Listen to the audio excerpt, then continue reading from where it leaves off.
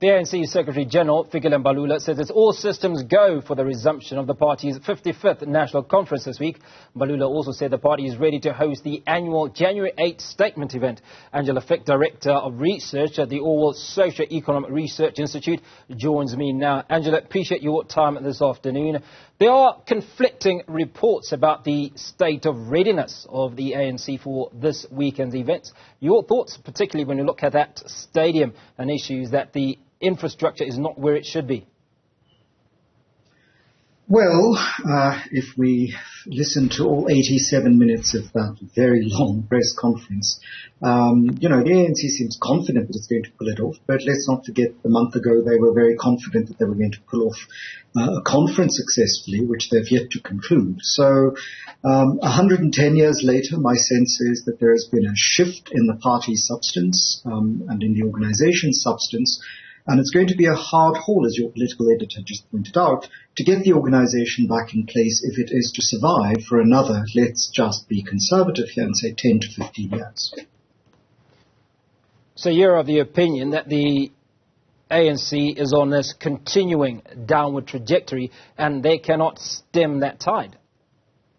Well, I don't think they can't stem it. I think it's a big challenge for them if they wish to stem it. Their electoral results have not been as brilliant as they wanted them to be. Let's not forget this is an organization that in Parliament held a two-thirds majority just over 20 years ago. They are, by their own projections in research, heading closer to 50 than they're comfortable with. They are aware that they may have to form coalitions at the national government if they can't pull together a majority win in 2024, and things look very bleak for them on that front. But internally, the organization deals with finance problems, it deals with discipline problems, and it deals with issues that it hasn't yet resolved because it keeps contradicting what it wants to do and what it wants to say. I think it's very difficult for people who are currently sitting in the organization to realize that they live in a constitutional democracy and that whatever ideas they have about the supremacy of the ANC constitution, it is the constitution of the Republic of South Africa that is the basic law by which we should be governed and by which all organizations should be subjected. And so their performance in December in Parliament around the Phala matter may give them a sense of importance that they've won over an opposition, sort of motion, but they have to ask themselves some very tough questions whether the South African electorate has the appetite to re-experience the Nkandla saga, now the Phala saga, ahead of 2024.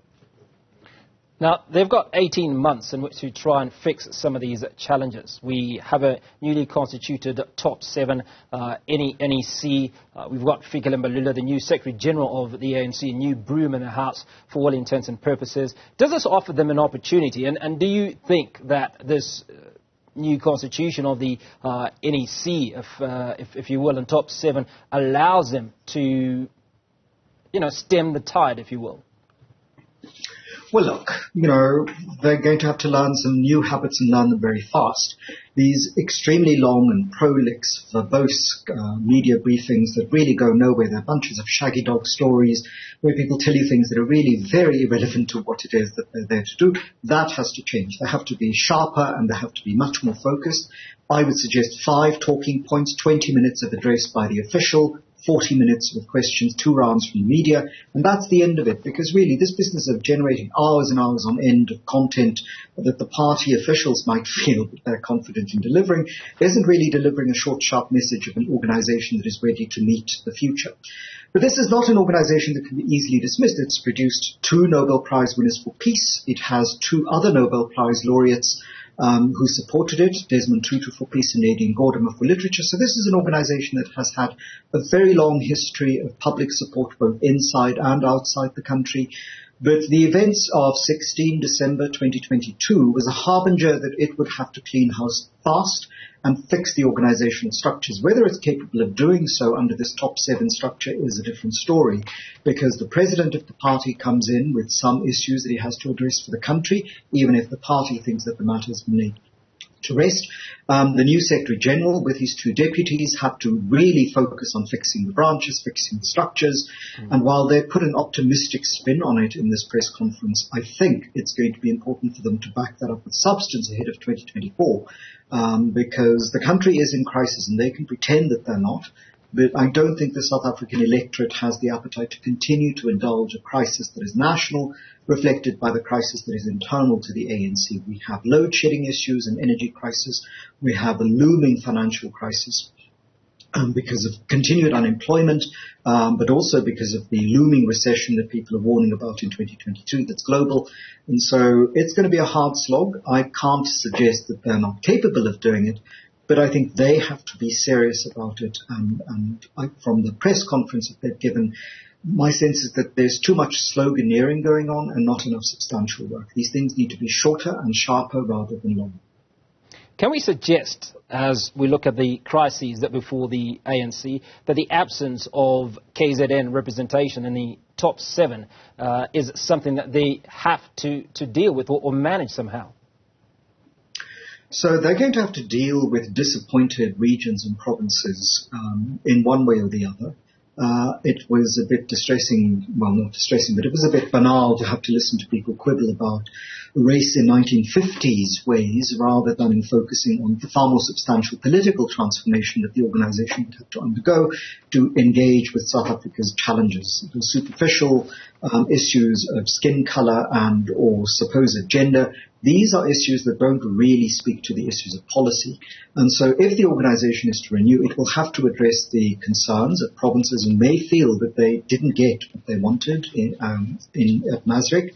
But at the same time, the disciplinary structure of this organization is such that, as Fikile Mbalula points out, people will have to rally behind the leadership, because regardless of whether your individual or group desires for leadership were successful or not, if you have a long-term investment in this organization, and many, many people in their 20s and 30s do, the success of the organization in 2024 depends on your working for it rather than assuming that because you lost out, you're going to walk away. The party as a whole can ill afford another cope or even another split off into the EFF, because, that's how structures fall apart. And part of the branch structure in the party that hasn't been addressed adequately over the last 10 years is responsible for where we are today. And so, that stadium and its challenges in Mangaung may just be an allegory of the challenges that the party faces, and papering over the cracks isn't going to resolve the issue for, let's say, immediately 2024. But in the longer term, for those 20 and 30-year-olds who want to not only have an organization to belong to in 2040, but actually have a country over which to govern and in which to live at that time. Well, we do know on the resumption of the 55th National Conference, it's going to be a hybrid event, a number of issues that aren't going to be talked about. One of that is Phala Phala, which is not on the agenda. What is on the agenda, though, amongst other things, is the ANC, is those that voted against the ANC whip in Parliament regarding the Phala Phala saga. Is this likely to lead to further alienation between members of the ANC? So I think that this is going to be a challenge for the Secretariat, because Fikile Mbalula came in on that very day that he was elected and addressed the public, in which he spoke about authority and discipline.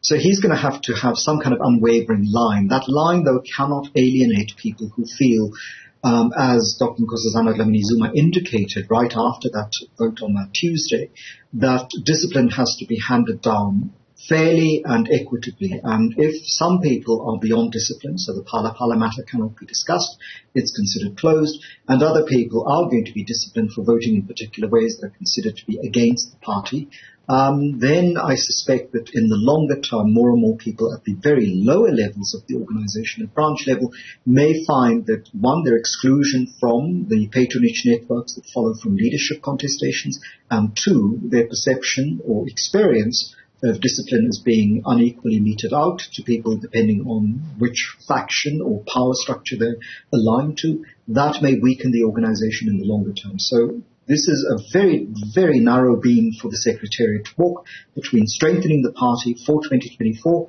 but also making sure that confidence is built by people who may not be in power now to continue to belong to, support and work inside the organization for longer term survival over the next 15 to 20 years.